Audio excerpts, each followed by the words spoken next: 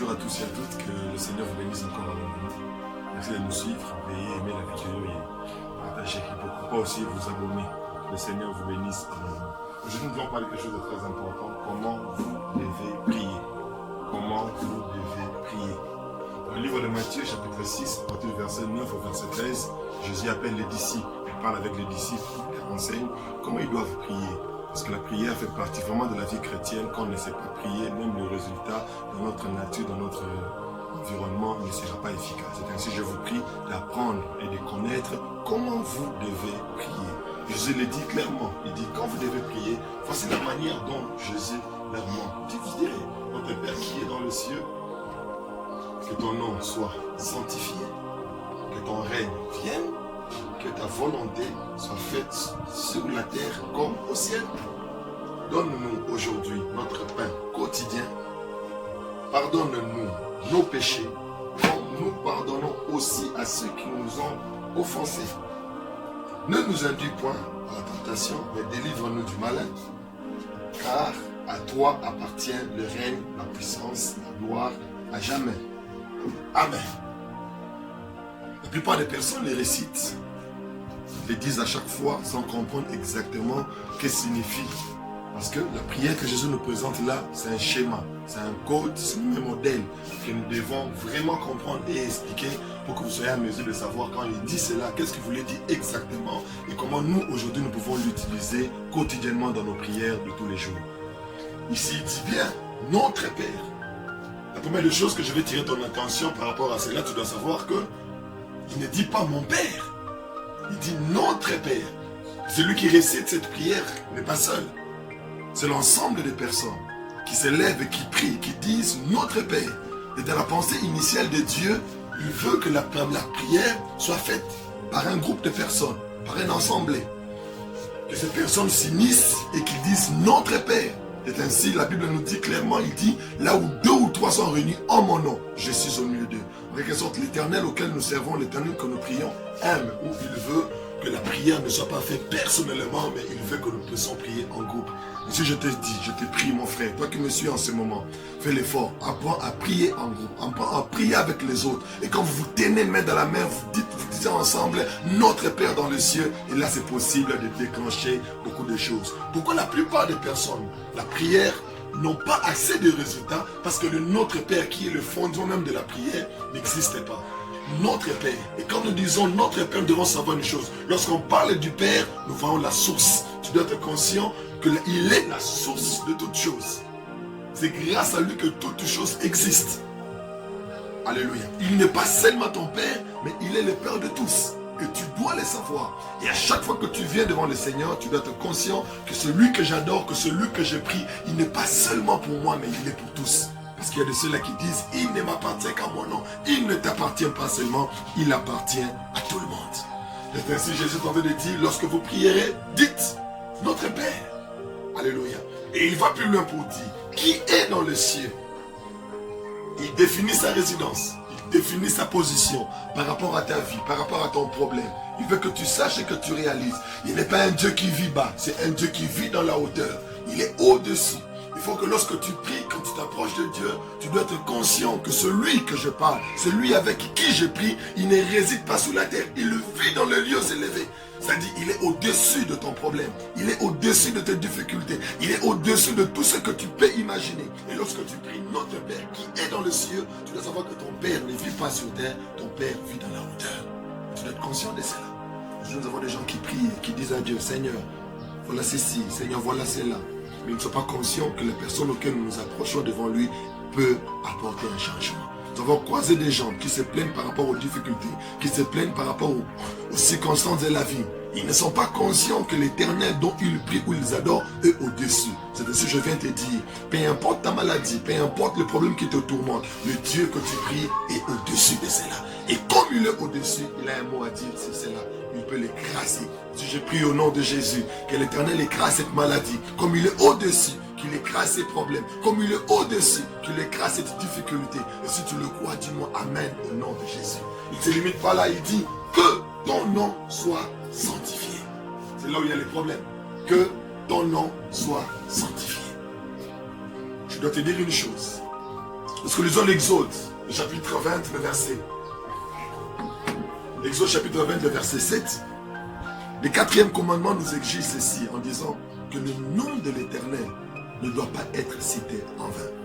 Le nom de l'Éternel doit être sanctifié. Le nom de l'Éternel doit être consacré, mis à part.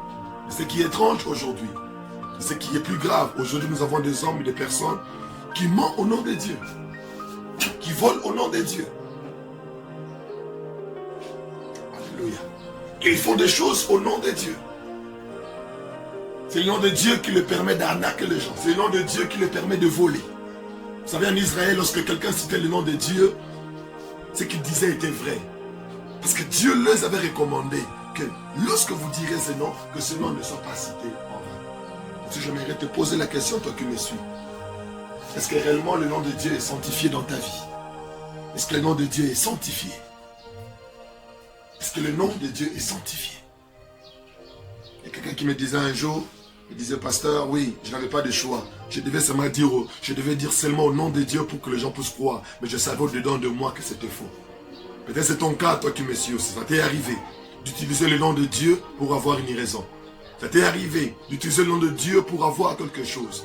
Ça t'est déjà arrivé d'utiliser le nom de Dieu pour voler, pour prendre le bien de quelqu'un, pour avoir l'argent de quelqu'un. Mais tu as utilisé le nom de Dieu. Sache que tu n'as pas sanctifié le nom de Dieu. Aujourd'hui, partout, nous voyons des personnes qui disent, voilà, Dieu dit, donne cela. Dieu a dit ceci. Mais nous devons savoir, nous ne devons pas utiliser le nom de Dieu pour notre profit. Le nom de Dieu doit être sanctifié. Le nom de Dieu doit être mis à part. Et lorsque tu t'approches devant le Seigneur, lorsque tu pries, tu dois te dire au-dedans de toi, Seigneur, que ton nom soit sanctifié. Et tu dois le demander tous les jours dans ta vie. Chaque matin, dis à Dieu, Seigneur, aide-moi à sanctifier ton nom, à prendre ton nom consacré, à ne pas les citer en vain, à ne pas les prononcer dans mes bêtises, à ne pas les prononcer dans mes erreurs, mais à sanctifier, te mettre à côté de mes défauts, te mettre à côté de tout ce que je suis. Parce que le nom de Dieu doit être sanctifié. Je te pose la question, toi qui me suis. Sanctifie-tu le nom de Dieu? Est-ce que le nom de Dieu est pris pour ça? Est-ce que Dieu est saint dans ta vie? Et tu dois savoir, c'est bien. Combien de gens disent aujourd'hui être chrétiens? Combien de gens disent aujourd'hui connaître Dieu? Mais ne pas sanctifier ces noms-là. Et il nous demande ceci. Que ton nom soit sanctifié. Ma prière est que là où tu es, que tu prennes la bonne décision de sanctifier le nom de Dieu. Et ne pas les citer en vain, mais de les consacrer, de dire non, non, non. Lorsque je cite le nom de Dieu, il y a une vérité qui est cachée. Que le Seigneur te bénisse. Il dit que ton règne vienne. Que ton règne vienne. Quand tu fais appel au règne de Dieu, en quelque sorte tu veux dire, Seigneur, que ton autorité s'impose. Je prie au nom de Jésus. Il est arrivé que cette maladie a pris autorité sur toi. Il est arrivé que cette situation a pris autorité sur toi. Il est arrivé que cette mode de vie a pris autorité sur toi. Mais j'aimerais te dire, lorsque tu dois prier, dis-toi chaque jour, Seigneur, que ton règne vienne, que l'autorité de Dieu vienne. De la même manière, ce qui arriva, lorsque Moïse jeta les bâtons, la Bible dit, Pharaon avec ses disciples également jetèrent aussi les bâtons. Mais ce que j'aime, les bâtons de Moïse prit autorité sur les serpents. Si je prie au nom de Jésus, que le règne de Dieu vienne dans ta maison, que Dieu prenne autorité, que Dieu prenne autorité, qu'il prenne le contrôle de tout, que son autorité vienne au nom de Jésus, dans ta santé, dans ta vie, dans tes projets, dans ton environnement, peu importe où tu peux te trouver, que le règne de Dieu, que l'autorité de Dieu s'impose au nom de Jésus-Christ. Et chaque jour, lorsque tu te lèves le matin, dis-toi, Seigneur, que ton autorité vienne, que son autorité s'impose. Que son autorité s'impose. Jésus rencontre un paralytique. Ce paralytique avait une autorité, avait quelque chose qui pesait sur lui. Et c'était une loi qui pesait sur lui. Et c'était la loi du péché. Jésus les regarde en disant, oui, lève-toi. Tes péchés te sont pardonnés. Au même instant, cet homme s'éleva et il fut guéri complètement de cette maladie. Il y avait une autorité qui pesait sur cette personne, qui devait le maintenir paralysé. Mais j'ai béni le Seigneur. Lorsque son autorité vient, il écrase l'autorité établie par les hommes et ton autorité prend au pouvoir. Et si je veux qu'au nom de Jésus, toi qui me suis en ce moment, peu importe où tu peux te trouver, que le règne de Dieu vienne. Que le règne de Dieu vienne dans ta santé, dans ta vie, dans ton mariage, dans ton foyer, dans tout ce que tu entreprends, que son règne vienne au nom de Jésus-Christ. Il ne se limite pas là. Il dit que ta volonté soit faite sur la terre comme au ciel. que ta volonté soit faite sur la terre comme au ciel. La volonté de Dieu s'impose dans les cieux. La volonté de Dieu s'exécute dans les cieux. Mais il y a un problème. Il faut dire à Dieu, chaque fois que tu te lèves le matin, dis à Dieu, Seigneur, de la même manière ta volonté s'exécute dans les cieux, je veux que ici-bas, dans ma vie, que cette volonté s'exécute. Et Dieu, j'ai pris au nom de Jésus, que la volonté de Dieu qui est céleste, la manière que cela est exécuté dans le ciel, que sur la terre, que cela aussi s'exécute au nom de Jésus-Christ. En quelque sorte, dans le ciel, Christ ou Dieu n'a pas d'autorité. Il n'y a personne qui s'oppose à son autorité. Il n'y a personne qui se vient. Il n'a pas d'opposant. Et si j'ai pris au nom de Jésus, que la volonté de Dieu sur ta vie n'ait pas d'opposants. De la même manière, il fait ce qu'il veut. De la même manière, il accomplit ce qu'il veut, accompli dans le ciel. J'ai pris que dans la terre que tu es, dans ton environnement, dans ta famille, dans ta santé, que la volonté de Dieu s'exécute sans opposition au nom de Jésus-Christ. Et qu'il n'y ait personne. Lorsque je parle de l'opposition, toi tu peux être un opposant. Parce que tu es le premier opposant. Tu es la première personne qui peut s'opposer à la volonté de Dieu. Et chaque jour, prie, demande à Dieu, Seigneur, j'ai pris. De la même manière, le ciel exécute ta volonté. J'aimerais moi aussi, Seigneur, me soumettre à ta volonté. Si je prie au nom de Jésus, soumets-toi à la volonté de Dieu. Soumets-toi à la volonté de Dieu. De la même manière, le ciel lui obéisse. Que toi aussi, désormais, que tu prennes la décision de dire, Seigneur, aide-moi, que chaque jour que je me réveille, que ta volonté s'exécute dans ma vie, comme cela s'est fait au ciel. Au nom puissant de Jésus. Au nom puissant de Jésus. Donne-nous aujourd'hui notre pain quotidien. Donne-nous aujourd'hui notre pain quotidien. Lorsque nous lisons Matthieu 4, le verset 4, où Jésus dit au serpent que l'homme ne vivra pas seulement de pain, mais toute parole qui sort de la bouche de Dieu, il veut nous faire comprendre que chaque homme sur terre, tu dois savoir une chose. Nous avons 2 pains quotidiens que nous devons demander à Dieu. Le plus souvent, nous nous levons pour demander à Dieu, Seigneur, donne-moi de quoi manger. Mais ce qui est plus grave, peu de gens demandent à Dieu le pain quotidien spirituel. Il y a un pain quotidien naturel auquel tu dois manger, auquel tes enfants doivent manger. Mais ne te limite pas seulement à ce pain naturel, mais tu dois aller au-delà en demandant à Dieu, Seigneur, oui, ils vont manger, c'est le corps qui sera fort. Mais je te prie, Seigneur, ne te limite pas seulement à me donner un pain quotidien qui est physique, mais donne-moi aussi un pain quotidien qui est spirituel. Si j'aimerais te dire, mon frère, il y a un pain quotidien que le Seigneur te réserve. Il y a une pensée que Dieu te réserve tous les jours. Il y a une parole que Dieu te garde tous les jours. Il faut que tu la lui demandes pour qu'il te le donne, cela. Et cela, je dis, demande à quelqu'un au nom de Jésus. Il dit, donne-nous aujourd'hui notre pain quotidien. Et tu dois savoir une chose. Il dit, donne-nous. Tu dois savoir ce qu'il te donne. Le pain quotidien n'est pas personnel. C'est pour l'unité. Ce que Dieu te donne n'est pas à toi. C'est pour plusieurs. Pourquoi beaucoup demandent? Seigneur, j'ai demandé mais je n'ai pas vu. Seigneur, j'ai demandé mais je n'ai pas reçu. Mais Seigneur, je n'ai pas vu le pain quotidien. Pourquoi? Parce que la plupart des personnes qui demandent le pain quotidien demandent un pain personnel. Or, nous oublions que nous devons demander le pain parce que ce pain n'est pas seulement pour toi. C'est pour ton environnement. C'est pour ta famille. C'est pour tous ceux qui sont tout autour de toi. Ils doivent manger de ce pain. Pourquoi aujourd'hui beaucoup ne reçoivent plus le pain quotidien? Parce qu'ils ont fait de ce pain personnel. Si je mérite de dire, ce que Dieu pose entre tes mains, ce n'est pas uniquement pour toi. Il y a de ceux qui sont à côté de toi qui ont besoin de cela. Et si l'Éternel prend, il vient, il le pose dans ta main, il le pose en toi pour qu'à travers toi, que tu le distribues aux autres. Si je te prie mon frère, je te prie ma soeur, prends la décision. À chaque fois que Dieu mettra quelque chose entre tes mains, dis-toi, ce n'est pas un pain personnel, je dois la partager aux autres. Je dois donner aux autres. Je dois aussi partager aux autres. Parce que celui qui reçoit le pain quotidien, il doit être conscient que ce pain n'est pas à lui-même. C'est un pain qu'il doit manger ensemble, dans la communauté. Je te pose la question. Tu manges avec qui? Tu partages avec qui? Tout ce qui tombe dans tes mains, tu en fais quoi? Je te réponds à cette question. Tu comprendras pourquoi ce pain quotidien ne vient pas souvent ou vient souvent entre tes mains.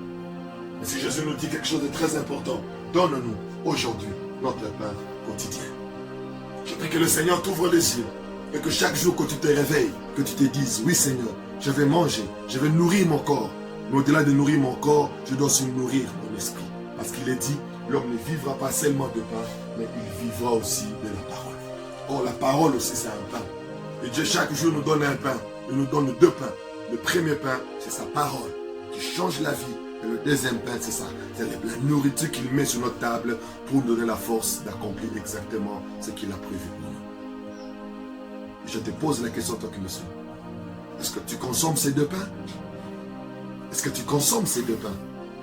Et tu consommes l'autre, et l'autre tu ne le consommes pas. Mais ce qui est plus important, la plupart des personnes consomment ces pains naturels tous les jours, mais peu consomment le pain céleste. Si je te prie, car il dit, je suis le pain vivant qui est venu du ciel. Tout celui qui mangera ce pain n'aura plus faim. Si je prie au nom de Jésus, que ton esprit n'aille plus faim, que ton esprit ne soit plus agité. Mais pour arriver là, tu dois chercher ton pain spirituel quotidien. Pardonne-nous nos offenses. Notre version dit, pardonne-nous nos péchés, comme nous pardonnons à ceux qui nous ont offensés. Le premier principe du pardon, tu dois savoir, le pardon que tu reçois du ciel dépend de ce que toi tu donnes sur la terre. Le pardon céleste dépend du pardon terrestre.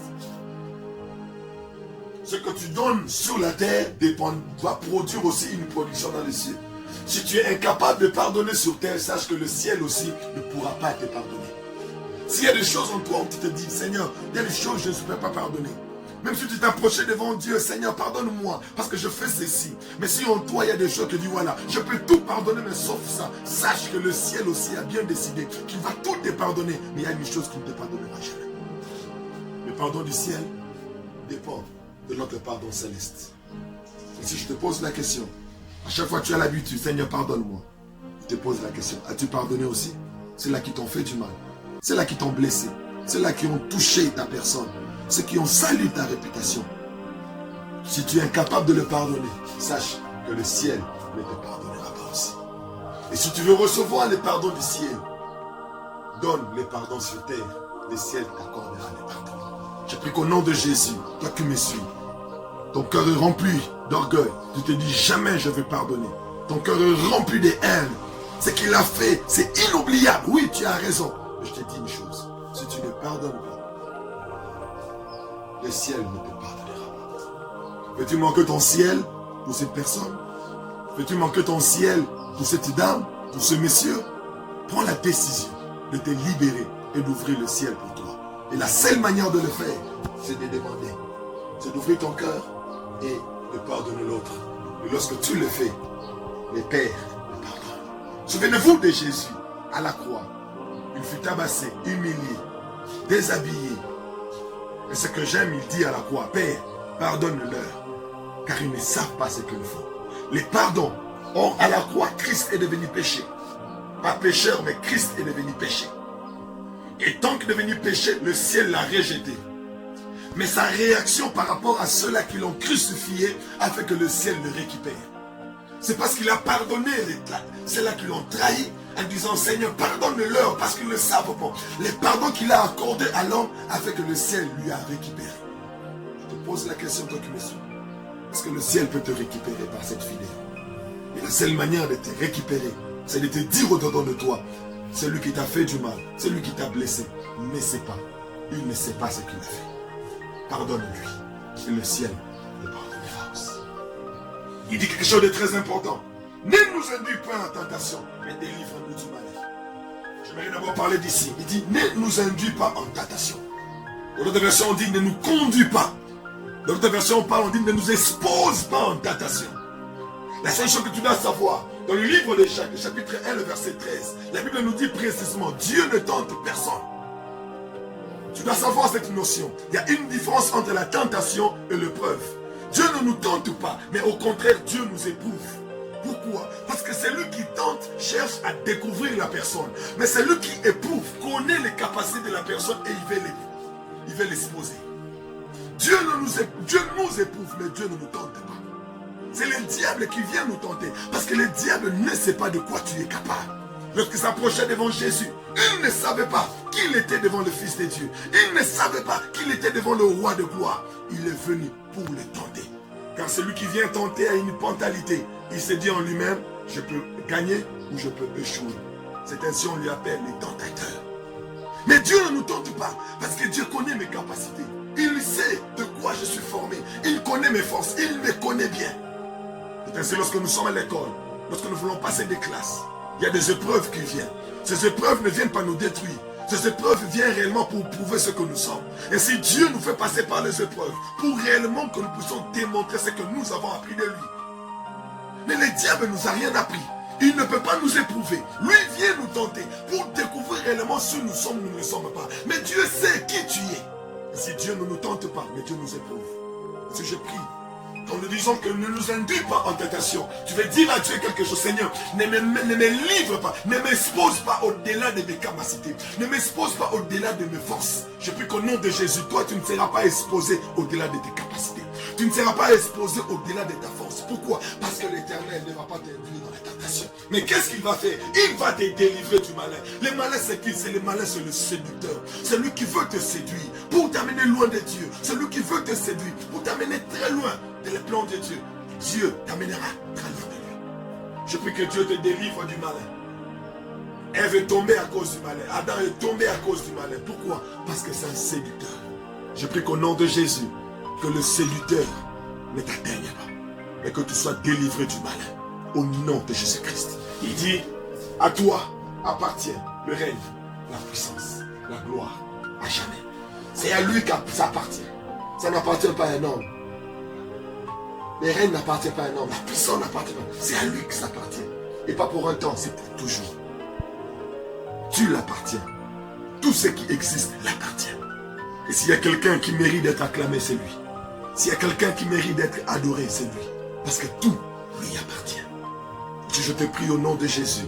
Je veux que tu changes ta conception de la prière. Que tu changes ta manière de voir cette prière.